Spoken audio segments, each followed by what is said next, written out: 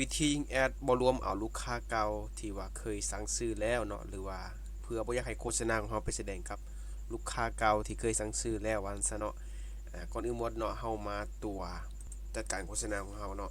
แล้วให้มาเลือกคำว่ากลุ่มเป้าหมายเนาะเพราะว่าเขาจะมาสร้างกลุ่มเป้าหมายก่อนนั่นเองเนาะบัดนี้เนาะให้ทุกคนมาสร้างกลุ่มเป้าหมายเนาะกลุ่มเป้าหมายที่เราจะสร้างสำหรับบ่เอาลูกค้าเก่าก็คือการสร้าง Custom Audience นั่นเองเนาะหรือว่ากลุ่มเป้าหมายแบบกำหนดเองเนาะหลังจากกดกลุ่มเป้าหมายแบบกำหนดเองแล้วมาเลือกคำว่าเพจ Facebook เนาะเลือกกดถัดไปหลังจากนั้นเนาะให้มาเลือกเพจเนาะที่เราจะจัดการเกี่ยวกับลูกค้า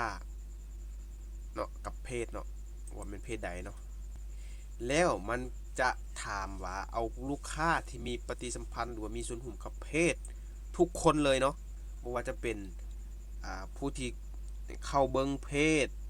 เป็นต้นว่าเป็นไลค์คอมเมนต์แชร์อยู่ในเพจหรือว่าจะเป็นการเห็นแอดกดรีแอคชั่นต่างๆเนาะอยู่ในแอดโฆษณาหรือว่าปัดสไลด์เบิ่งโฆษณาของเขานั่นเองเนาะแล้วบัดนี้มันจะให้ใส่ตลอด1ปีที่ผ่านมาเนาะหรือจะใช้เป็นมื้อจำแนกชัดเจนเลยว่าผ่านมาประมาณ30มื้อสิเนาะ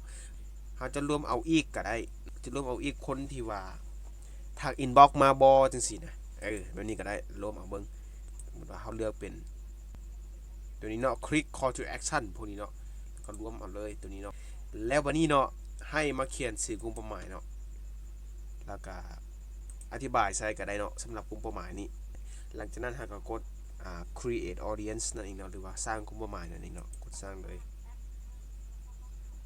สำนี้เนาะแล้วก็กดดอนเนาะโอเควันนี้เราจะมาเฮ็ดจังไดจัดการโฆษณาตัวนี้จังไดเนาะก็คือเราจะมาเข้าตัวแคมเปญปกติเลยเนาะสำหรับการสร้างโฆษณาของเราเนาะแล้ววันนี้เนาะมาสร้างโฆษณาของเราเนาะยกตัวอย่างใส่เป็น engagement เนาะเลือกสร้างแบบแคมเปญแบบกำหนดเองเนาะแล้วเลือกใส่ชื่อแคมเปญเนาะงบประมาณในแคมเปญนี้ก็ได้เนาะก็คือเปิดตัวนี้เลยถ้าจะใช้งบประมาณในแคมเปญเนาะยกตัวอย่างว่ายิง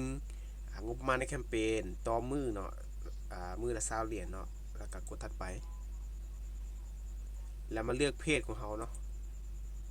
เลือกเพจเนาะแล้วก็มาเลือก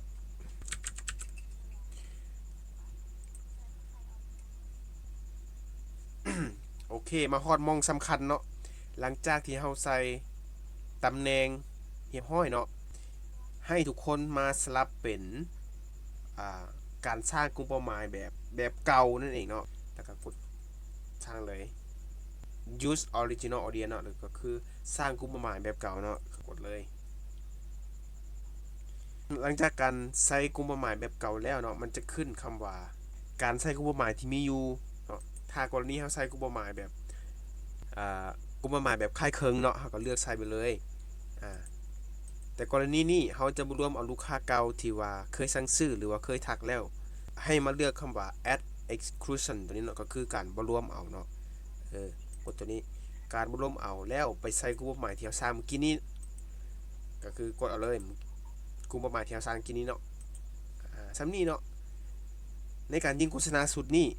โฆษณาของเราก็คือจะบ่ไปแสดงหากลุ่มลูกค้าเก่านั่นเองเนาะหลังจากนั้นเนาะเราก็ใช้โฆษณาตามปกติเลยเนาะเลือกโฆษณาของเราได้แบบปกติเลยเนาะ